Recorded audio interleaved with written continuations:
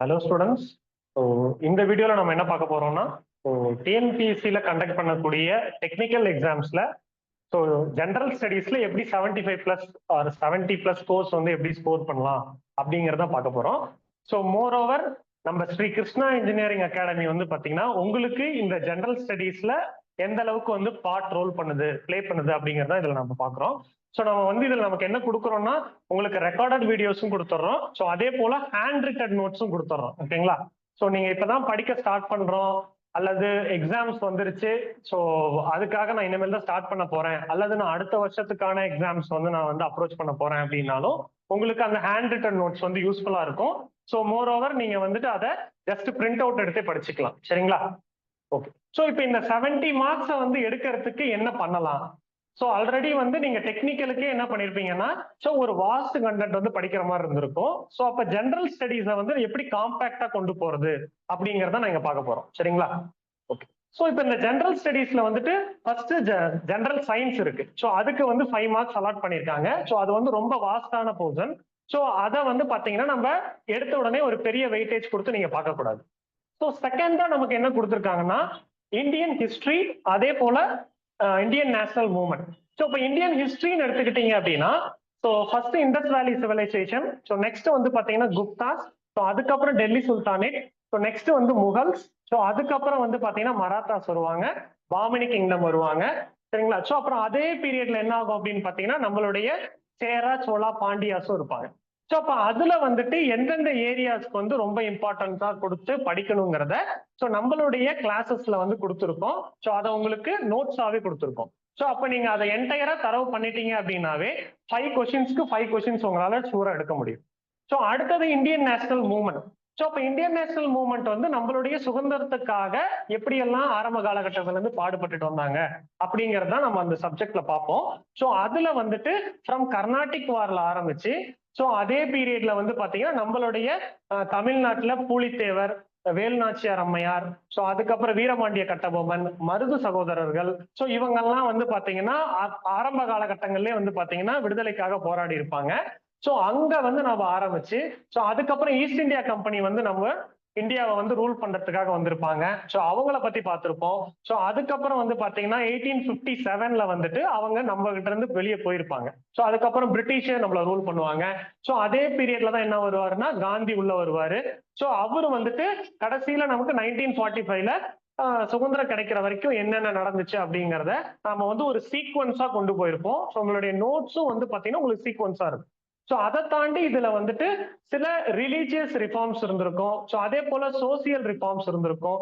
So அதெல்லாம் வந்து ஆரம்ப காலகட்டங்கள் ராஜாராம் மோகன் ராய்ல ஆரம்பிச்சு எப்படியெல்லாம் வந்து பாத்தீங்கன்னா சீர்திருத்தங்களை கொண்டு வந்தாங்க அப்படிங்கறதும் நம்ம வந்து பாத்தீங்கன்னா டீடைல்டாவே கொடுத்துருப்போம். ஸோ அதையும் உங்களுக்கு ஹேண்ட் ரிட்டன் நோட்ஸாவே வந்து பாத்தீங்கன்னா ஸோ அதையும் நல்லா கொடுத்துருப்போம். சரிங்களா? அப்ப அந்த கண்டென்ட்டை நல்லா கவர் பண்ணீங்க அப்படின்னாவே ஸோ ஐஎன்எம்ல இருக்கக்கூடிய மேக்சிமம் மார்க்கை வந்து உங்களால ஸ்கோர் பண்ண முடியும். சரிங்களா? ஓகே. ஸோ அடுத்தது இம்பார்ட்டன்டான டாபிக் அப்படின்னா இந்தியன் பாலிட்டி. ஸோ இந்தியன் பாலிட்டியில இப்ப 15 மார்க்ஸ் வந்து சொல்லியிருக்காங்க. அப்ப பாலிட்டி அப்படிங்கும் பொழுதுன்னா நம்மளுடைய அரசியல் அமைப்பு, நம்மளுடைய அரசியல் சாசனம் எப்படி இருக்கு அப்படிங்கிறத நம்ம பார்க்கணும்.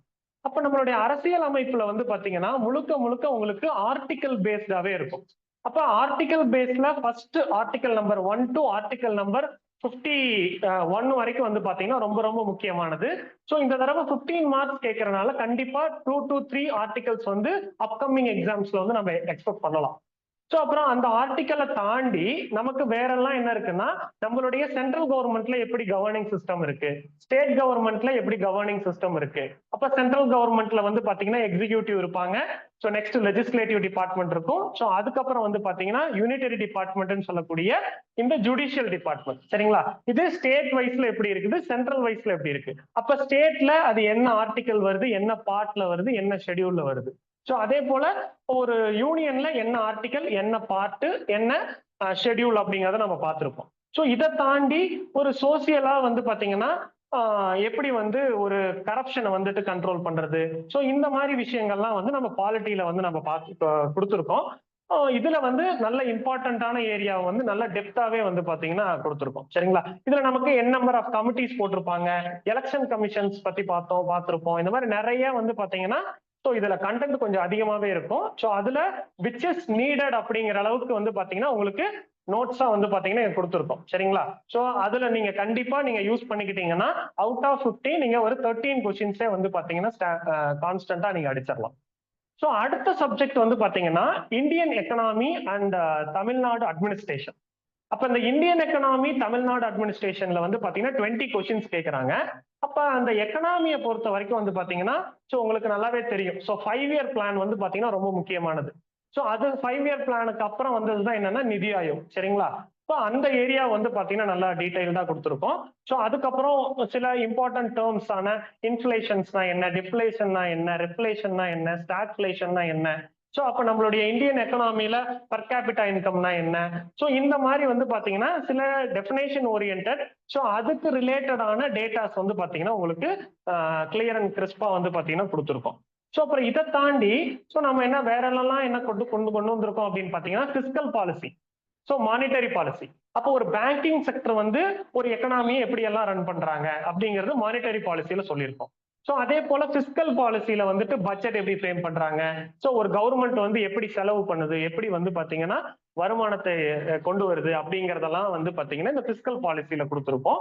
ஸோ இதுலயும் வந்து பாத்தீங்கன்னா உங்களுக்கு ஒரு பெஸ்ட் நோட்ஸா வந்து பாத்தீங்கன்னா மேக் பண்ணி கொடுத்துருக்கோம். சரிங்களா? அப்புறம் இதை தாண்டி உங்களுக்கு வேற என்ன இம்பார்ட்டண்டா இருக்கும் அப்படின்னா பாவர்ட்டி, அன்எம்ப்ளாய்மெண்ட். ஸோ அப்ப அதுக்கப்புறம் வந்து பாத்தீங்கன்னா இந்த எக்கனாமிக் சைக்கிள் வந்து எப்படின்னு சுத்தி இருக்கு. அப்ப இந்த பாவர்ட்டி, அன்எம்ப்ளாய்மெண்ட் இதெல்லாம் ஒழிக்கிறதுக்கு எப்படியெல்லாம் கவர்மெண்ட் வந்து ஸ்கீம்ஸ் வந்து கொடுத்துருக்காங்க. ஏன்னா வந்து பாத்தீங்கன்னா நீங்க இந்தியன் எக்கனாமி எடுத்துக்கிட்டாலும் சரி, தமிழ்நாடு அட்மினிஸ்ட்ரேஷன் எடுத்துக்கிட்டாலும் சரி, டெஃபினட்டா ஸ்கீம்ஸ்ல இருந்து உங்களுக்கு 2 to 3 கொஸ்டின்ஸ் கண்டிப்பா எல்லா கொஸ்டின் பேப்பர்லயும் நீங்க பாப்பீங்க.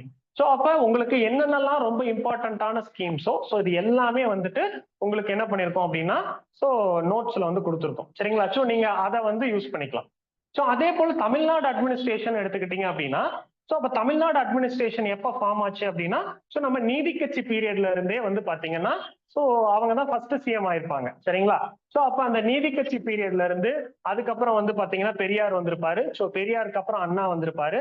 ஸோ அப்புறம் அண்ணாக்கு அப்புறம் எம்ஜிஆர், கருணாநிதி வந்திருப்பாரு. ஸோ அந்த மாதிரி வந்து பாத்தீங்கன்னா ஸோ எப்படி வந்துட்டு இந்த லிஸ்ட் ஆஃப் சிஎம்ஸ் வந்தாங்க, ஸோ அவங்கவுங்க ஆட்சி காலத்துல என்னென்ன நலத்திட்டங்கள்லாம் கொண்டு வந்தாங்க, சோ அவங்கவுங்க பீரியட்ல என்னென்ன நடந்துச்சு, சோ அதெல்லாம் நாங்க தமிழ்நாடு அட்மினிஸ்ட்ரேஷன்ஸ்ல வந்து பாத்தீங்கன்னா உங்களுக்கு ஒரு கரெக்டான சீக்வன்ஸ்ல வந்து பாத்தீங்கன்னா உங்களுக்கு நோட்ஸா வந்து பாத்தீங்கன்னா மேக் பண்ணி கொடுத்துருக்கோம். சோ இதை தாண்டி ஒரு ரிசர்வேஷன்ஸ் வந்து எப்படி வந்து நம்ம இந்தியாவில் வந்து இருக்கு, அதே போல தமிழ்நாட்டுல எப்படி ரிசர்வேஷன் வந்துச்சு, சோ அதுக்கப்புறம் வந்து பாத்தீங்கன்னா நம்ம டெவலப்மெண்ட் இண்டெக்ஸ் எல்லாம் எப்படி இருக்கு நம்ம Tamil Nadu as well as India, so எந்த அளவுக்கு வந்து பாத்தீங்கன்னா ஹெல்த்ல இருக்கும், ஸோ இந்த மாதிரி ஒவ்வொன்றும் இண்டெக்ஸ் லெவல்ல வந்து பாத்தீங்கன்னா நம்ம உங்களுக்கு வந்து நோட்ஸ் கொடுத்துருக்கோம். ஸோ அப்புறம் இது போக நம்ம தமிழ்நாட்டுல என்னென்ன ஸ்கீம்ஸ் வந்து கரண்டா போயிட்டு இருக்கு, ஸோ அப்ப என்னென்ன ஸ்கீம்ஸ், ஏன்னா இந்த ஸ்கீம்ஸ் வந்து பாத்தீங்கன்னா நமக்கு ஒரு பெரிய ரோல் பிளே பண்ணும். ஸோ அப்ப அதை கொடுத்துருக்கும். ஸோ அதை தாண்டி நமக்கு வந்து பாத்தீங்கன்னா நம்ம தமிழ்நாடோட ஜியோகிராபி, ஸோ நம்மளுடைய லொகேஷன் எப்படி இருக்கு, ஸோ நம்மளுடைய அமைப்புல எந்தெந்த ஏரியா என்ன எங்கெங்க இருக்கு, ஓகேங்களா? சோ இந்த மாதிரி விஷயங்கள் எல்லாமே வந்து பாத்தீங்கன்னா உங்களுக்கு இந்த தமிழ்நாடு அட்மினிஸ்ட்ரேஷன்ஸ்ல கொடுத்துருக்கோம். சோ நீங்க அதை மட்டும் நல்லா படிச்சாவே போதும். உங்களால வந்து பாத்தீங்கன்னா அவுட் ஆஃப் 10 உங்களால ஒரு 6 to 7 கொஸ்டின்ஸ் வந்து டேம் ஷூரா எடுத்துடலாம். சோ அப்ப மீதி அந்த 4 மார்க்குக்கு என்ன பண்ணலாம் அப்படின்னு பாத்தீங்கன்னா you have to look into the current affairs. சரிங்களா? சோ அதே போல இந்தியன் பாலிட்டிலயும் ஒரு 10 கொஸ்டின்ஸ், சாரி இந்தியன் எக்கனாமிலயும் ஒரு 10 கொஸ்டின்ஸ் வரும். சோ அதுலயும் வந்து ஒரு 6 to 7 கொஸ்டின்ஸ் நம்மளுடைய நோட்ஸை வச்சு நீங்க மேக் பண்ணிடலாம்.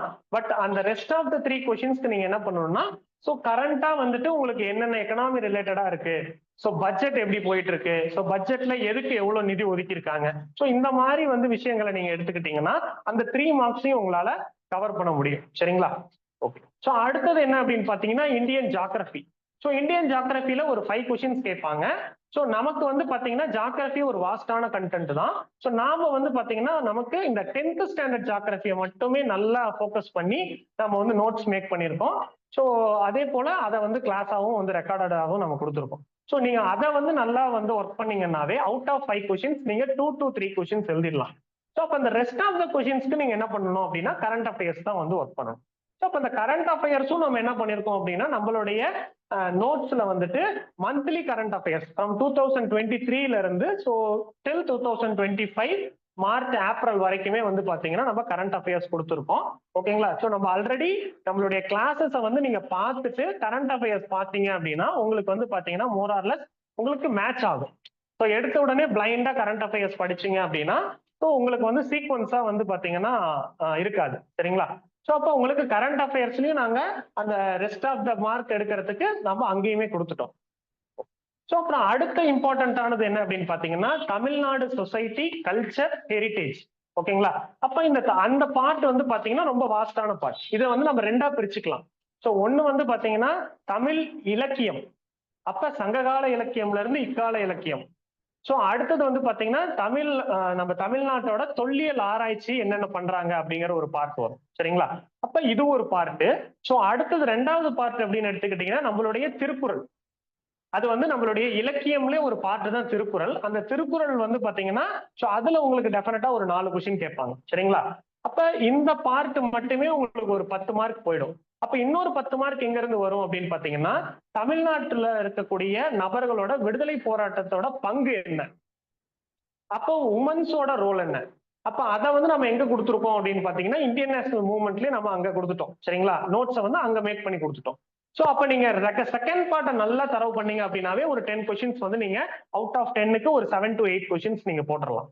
பட் அந்த மேல இருக்கக்கூடிய பார்ட்டுக்கு வந்து நீங்க கொஞ்சம் ஒர்க் பண்ணணும். ஸோ நாங்களும் வந்து பாத்தீங்கன்னா எந்த அளவுக்கு உங்களுக்கு இந்த லிட்ரேச்சர் இதெல்லாம் வந்து கிறிஸ்பா கொடுக்க முடியுமோ கொடுத்துருக்கோம். ஸோ நீங்க அதையும் யூட்டிலைஸ் பண்ணிக்கலாம். பட் அந்த ஃபர்ஸ்ட் பார்ட் லிட்ரேச்சர் பார்ட்டை வந்து என்ன பண்ணா நீங்க வந்து கொஞ்சம் மல்டிபிள் டைம்ஸ் ரீட் பண்ற மாதிரி இருக்கும். ஸோ அப்பதான் வந்து பாத்தீங்கன்னா உங்களால கொஸ்டின்ஸை வந்து கிராக் பண்ண முடியும். சரிங்களா? அப்ப பாத்தீங்கன்னா இதுல வந்து உங்களுக்கு ஒரு 75 கொஸ்டின்ஸ் இருக்கு. இந்த 75 கொஸ்டின்ஸ்ல நம்மளுடைய ஹேண்ட் ரிட்டன் நோட்ஸும் நம்மளுடைய ரெக்கார்டட் கிளாஸஸையும் நீங்க யூஸ் பண்ணிக்கிட்டீங்கன்னாவே உங்களுக்கு அவுட் ஆஃப் தி 75 கொஸ்டின்ஸ் ஒரு 45 to 55 கொஸ்டின்ஸ் வந்து தாராளமா நீங்க வந்து கிராக் பண்ணிடலாம். சரிங்களா? சோ அதை தாண்டி ரொம்ப இம்பார்ட்டன்டான விஷயம் என்ன அப்படின்னு பாத்தீங்கன்னா நம்மளுடைய ஆப்டிடியூட் அண்ட் ரீசனிங். இது வந்து 25 மார்க்ஸ்க்கு வந்து கேட்கறாங்க. இந்த 25 மார்க்ஸ்க்கும் வந்து பாத்தீங்கன்னா நம்ம ரெக்கார்டட் செஷன் இருக்கு. அதுல நீங்க கரெக்டா யூட்டிலைஸ் பண்ணீங்க அப்படின்னா அவுட் ஆஃப் 25 23 பிளஸ் வந்து பாத்தீங்கன்னா கண்டிப்பா எடுத்துடலாம். இப்ப வந்து பாத்தீங்கன்னா இதுல உங்களுக்கு ஒரு 45 கொஸ்டின்ஸும் இங்க ஒரு 25 கொஸ்டின்ஸும் இருந்துச்சு அப்படின்னா அரௌண்ட் 70 மார்க்ஸ் வந்து பாத்தீங்கன்னா எடுத்துடலாம். இப்ப ரீசெண்டா வந்து பாத்தீங்கன்னா நடந்த டிஎன்பிஎஸ்சி ஏஇல வந்து பாத்தீங்கன்னா 2024 நவம்பர்ல வச்ச எக்ஸாம்ஸ்ல உங்களுடைய டாப் மார்க்ஸ் என்ன அப்படின்னு பாத்தீங்கன்னா ஜிஎஸ்ல ஒரு 75 அரௌண்ட் தான் இருந்துச்சு. சரிங்களா? அப்ப 70 எடுக்கிறதே வந்து பாத்தீங்கன்னா ஒரு நல்ல ஸ்கோர் தான். ஏன்னா உங்களுக்கு ஆல்ரெடி நீங்க டெக்னிக்கல்ல நீங்க நிறைய வந்து பாத்தீங்கன்னா ஒர்க் பண்ணிருப்பீங்க. நான் டெக்குக்கும் ஈக்குவலான இம்பார்ட்டன்ஸ் கொடுத்து ஒர்க் பண்ணணும். இப்ப நீங்க வந்து இப்ப அப்கமிங் எக்ஸாம்ஸ் எந்த டிஎன்பிஎஸ்சி எக்ஸாம்ஸா இருந்தாலுமே நீங்க ஜெனரல் ஸ்டடிஸ் கண்டிப்பா பார்த்துதான் ஆகணும். சரிங்களா? நீங்க ஸ்கிப் பண்ண முடியாது. நீங்க என்ன பண்ணலாம்னா நம்மளுடைய நோட்ஸையும் நம்மளுடைய ரெக்கார்டட் வீடியோஸையும் நீங்க எந்த டைம் வேணாலும் நீங்க எடுத்துக்கலாம். நீங்க இப்ப வரக்கூடிய எக்ஸாம்ஸ்க்கு தான் யூஸ் பண்ண முடியுமா, அடுத்த எக்ஸாம்ஸ்க்கு யூஸ் பண்ண முடியாதா அப்படிங்கிறது கிடையாது. சரிங்களா? நாங்க கொடுத்துருக்கிறது வந்து உங்களுக்கு வந்து காமனா நீங்க எப்ப வேணாலும் எழுதலாம். மீன்ஸ் எல்லாத்துக்குமே வேணா பேட்டர்ன் ஒண்ணுதான். உங்களுடைய கரண்ட் அஃபேர்ஸ் மட்டும்தான் கொஞ்சம் மாறும். அப்ப கரண்ட் அஃபேர்ஸும் நாங்க என்ன பண்ணுவோம்னா எங்களுடைய ஆப்ல வந்துட்டு உங்களுக்கு கரண்ட் அஃபேர்ஸ் அப்டேட் பண்ணிட்டே இருப்போம். நீங்க வந்து நம்மளுடைய ஆப்ல அந்தந்த பர்டிகுலர் மந்த்துக்கான கரண்ட் அஃபேர்ஸை நீங்க வந்து அங்க யூஸ் பண்ணிக்கலாம். சரிங்களா? ஓகே. நீங்க வந்து பாத்தீங்கன்னா நம்மளோட கண்டிப்பா நீங்க யூஸ் பண்ணும் பொழுது டெஃபினட்டா 70+ மார்க்ஸ் வந்து வாங்கிடலாம். சரிங்களா?